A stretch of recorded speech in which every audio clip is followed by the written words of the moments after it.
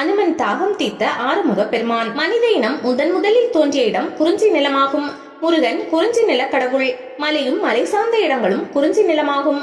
உருவ வழிபாட்டில் தொன்மையானது முருகன் வழிபாடாகும். குன்றி இருக்கும் இடமெல்லாம் குமரன் இருப்பான் என்பார்கள். அத்தகைய பேரருள் பெற்ற முருகன் இந்த வழியாக சஞ்சீவி மலையை தூக்கி சென்ற அனுமனுக்கும் அருள் செய்து தன் இருப்பிடத்தை அமைத்துக் கொண்டுள்ளார். அந்த இடம் கோயம்புத்தூர் அருகே உள்ள அனுவாவி மலையாகும். அணு என்பது அனுமன் என்னும் ஆஞ்சநேயரை குறிக்கிறது. மேலும் வாவி என்பது தமிழில் நீர்வளம் என்று பொருள்படும்.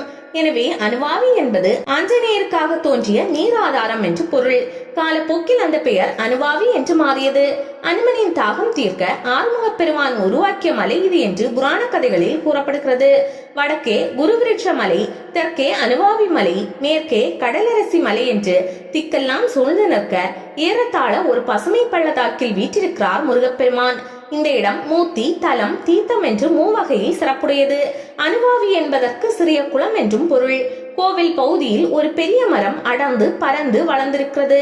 அருகில் அகத்தியர் ஆசிரமமும் அதில் சித்த வைத்தியசாலையும் இருக்கிறது. பசுமை படர்ந்த மலைகள் கண்ணுக்கு விருந்தளிக்கின்றன.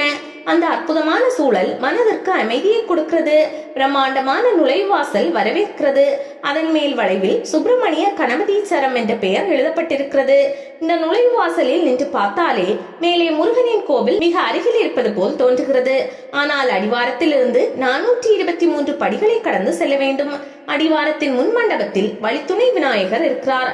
கொஞ்சம் மேலே போனால் இடுமன் சன்னதியும் மலை அடிவாரத்தில் இருந்து 1 கிலோமீட்டர் தூரத்தில் கோவிலும் அமைந்துள்ளது. கருவறையில் வள்ளி தேவானையுடன் முருகப்பெருமான் நின்ற கோலத்தில் அருள்பாலிக்கிறார். முன் மண்டபத்தில் விநாயகரும் முருகனின் படைத்தளபதி வீரபாகுவும் வீற்றிருக்கின்றனர். ஆஞ்சநேயர் வடக்கு நோக்கி உள்ளார். நவக்கிரக சன்னதி உள்ளது.